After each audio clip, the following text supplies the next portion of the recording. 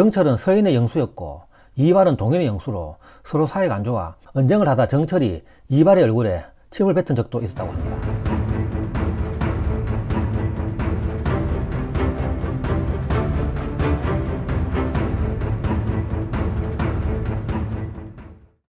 가사문학의 최고봉 송강정철 편입니다.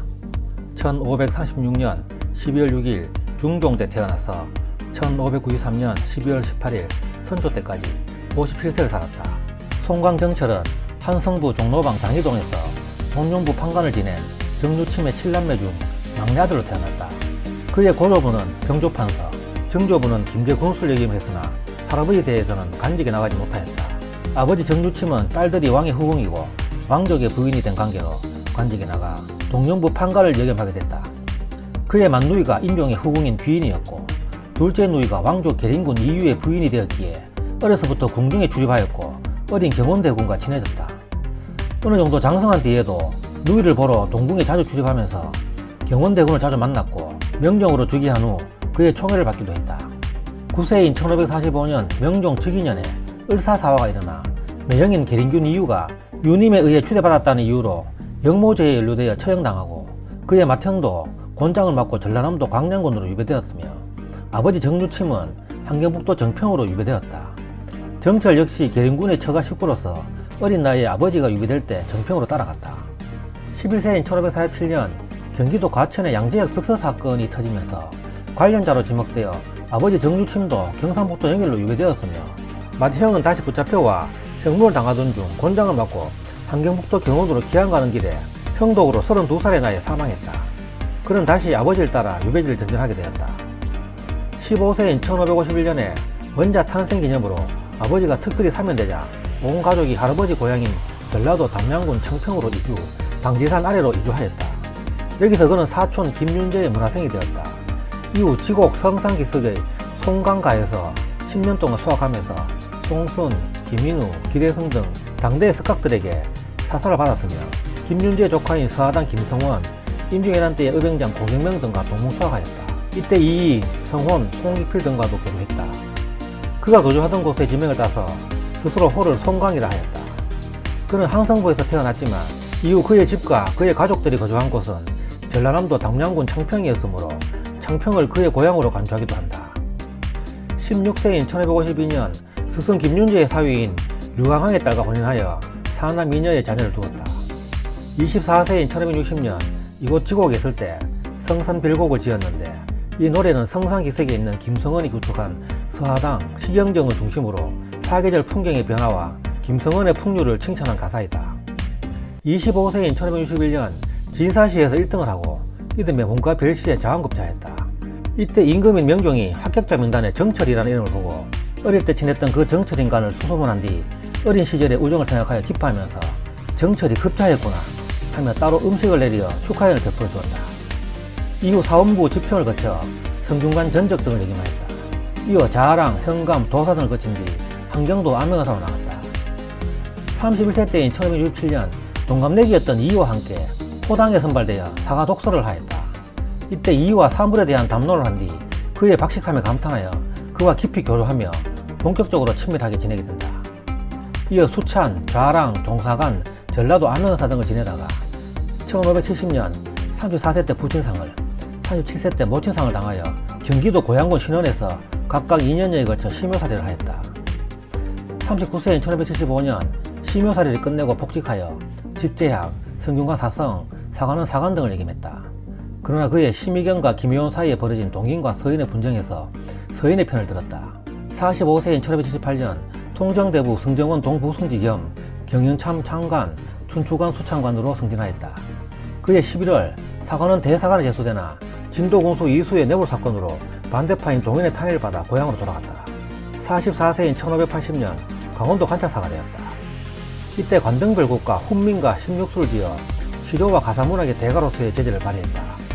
관동별곡은 관동팔경과 해, 내, 외건강 등 절성지를 유람하며 읊은 작품들로 구성되었는데 한국 가사문학의 최고봉을 이루는 명작으로 이슈 단골 출제 문제라 고3 수험생들에게는 정철은 철천지원수와 같다.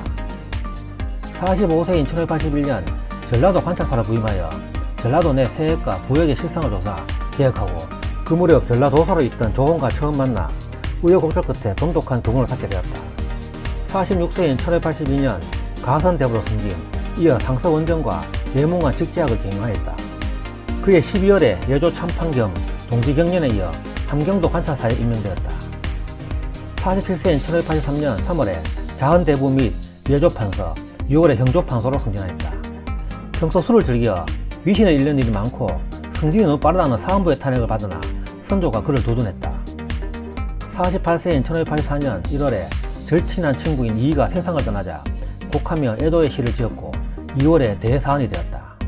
49세인 1585년 동인들로부터 조정 내부에 파당을 만들어 나라 일을 그르치려는 무리의 우두머리로 지목되어 사관원 및 사헌부의 탄핵을 받고 고향인 창평으로 돌아갔다. 정철은 고향으로 돌아가서 송강정이라는 정자를 만들고 1589년 10월 초까지 약 4년여 동안 응가하며 작품 활동에 들어갔다. 이때 사미인곡, 송미인곡 등의 가사와 기조, 한시 등 많은 작품을 지었다. 53세인 1589년 10월 정열입의 옥사가 발생한다. 선조는 자의정 이산해, 우의정 정은신 등에게 위관이 되어 제인들을 신문하게 했다. 그러나 서인의 모사가인 송익필의 권유로 입건한 정철이 상소문을 올렸다. 정철은 정은신이 정열입의 일가이니 재판관으로는 적당하지 않으므로 교체해야 한다고 주장했다. 결국 선조는 정은신 대신 정철을 우의정으로 제소하고 위관으로 삼았다. 정철은 동인들의 재상을 추궁하였다. 위관이었던 정은신도 사건이 전개되는 과정에서 정열입과 연루되었음이 드러나 위배형이 내려졌다. 동인의 영수이자 정철과 정적관계였던 이발도 정열입의 난에 연루되었다는 누명을 쓰고 곤장을 맞다 참혹하게 처를 맞았고 그의 두 아우들과 그의 어린 아들 80이 넘은 노모 윤씨까지도 곤장을 맞아 숨졌다. 전라남도 한평의 광산 이씨 이발의 후손들은 제사를 지낼 때 고기를 다지면서 정철, 정철이라 외칠 정도로 한다. 정철은 서인의 영수였고 이발은 동인의 영수로 서로 사이가 안 좋아 언쟁을 하다 정철이 이발의 얼굴에 침을 뱉은 적도 있었다고 한다. 이후 3년간의 과정에서 정열입의 친구, 일가족과 자주 교류한 사람, 편지를 주고받은 사람들까지 색출하여 처벌함으로써 1000여 명의 동인계 인사들이 처형되고 옥사하였는데 이를 기초옥사라 한다. 정철은 이듬해 2월에 자의정이 되었으며 동시에 인성부원군에 봉작되었다. 이로 인해 동인계 인사들은 정철을 극도로 혐오하게 된다. 55세인 1591년 왕세자 책봉문제가 일어나 동인파의 거두인 영의정 이산해, 우의정 유성룡과 함께 왕세자로 광해군을 책봉할 것을 선조에게 건의하기로 하였다. 그러나 이산해는 당일 병을 핑계로 나타나지 않았고 유성룡은 선조 앞에서 입을 다물어버리자 성격이 급한 정철 혼자 광해군의 책봉을 건의하게 된다. 선조가 신성군을 총애한다는 것을 동인이었던 이산해와 유성룡은 눈치채고 있었다. 그러나 선조의 의중을 읽지 못한 정철은 이산해의 계략에 빠져 광해군을 태자로 책봉하자 건의했고 이로 인해 선조의 노용을 사서 파직되어 유배형에 처해진다. 정철은 함경도 명천에 유배됐다가 3일 만에 진주로 유배지에 옮겨져 입에되었다가 이어 3일 만에 다시 평안북도 강계로 입에되어 미리 안치되었다. 이 기간 중 대부분을 독소와 사색으로 보냈다.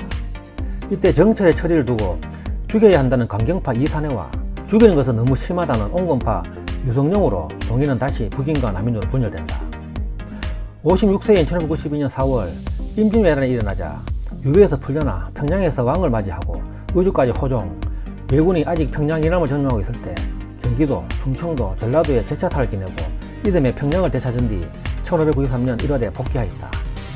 그러나 정철은 위기 상황에서 술에 취해 긴급회의에 참석하지 않는 등 업무에 태만했고 그 일로 남인과 북인들의 비난을 받는다. 그해 5월 사헌사로 명란에 다녀왔다. 이 자리에서 일본군이 모두 철수했다고 말한 것이 화근이 되어 동인들의 공격을 받아 사직하고 전란 중에 강화도의 송정천에 오고하였다. 그리고 그해 12월 강화도에서 병으로 사망하였다. 향년 57세였다. 정철은 엄청난 주당으로 폭음에 따른 주사를 부려 낭패를 본 일도 많았다고 한다. 오죽하면 선조가 그대가 술을 좋아하나 너무 과함이 걱정되니 앞으로 이 잔으로 하루에 한 번만 마시라 라는 의미로 은잔을 하사했는데 정철은 한 방울이라도 더 먹겠다는 집념으로 망치로 두 줄에 펴서 사발로 만들어 마셨다는 일화도 있다. 정철과 친분이 있던 유성룡조차도 정철에 대해 정송강은 술에 취해 있느라 정사를 돌보지 않는다고 비판했을 정도였고 절친한 친구였던 율곡이인은 그에게 제발 술을 끊도록 하고 말을 함부로 하는 버릇을 없애라고 충고하기도 했다. 정철이 후세의 낭의 대표작으로는 관동별곡, 사미인곡, 송미인곡, 성상별곡 등이 있다. 이 작품들은 조선시대 가사문학의 최고봉이라고 하지만 임금이 선조에게 지나치게 아첨을 하고 있으며 관람을 하러 다니며 지방관으로서 직무유기, 행정력 낭비에 대한 비판을 받고 있다. 훗날 정약용은 목민증서에 있어 이렇게 관람 다니면서 직무유기나 백성들 방해하지 말라고 충고하기도 하였다. 정철은 유능한 문인이긴 하지만 술주정이 심했던 무능한 관료이고 고집이 강했던 인물이라는 데에는 후세 사람들이 모두 공감하는 부분이다. 희치곡사의 배후에는 선조가 있었지만 정철은 정열입의 난을 주도적으로 다루면서 자신의 사적인 원한으로 관계된 인사들을 처벌했다는 비난을 받고 있다. 송광정철의 묘는 충북 진천군 문백면 봉중리에 있다. 지금까지 송광정철편이었습니다. 감사합니다.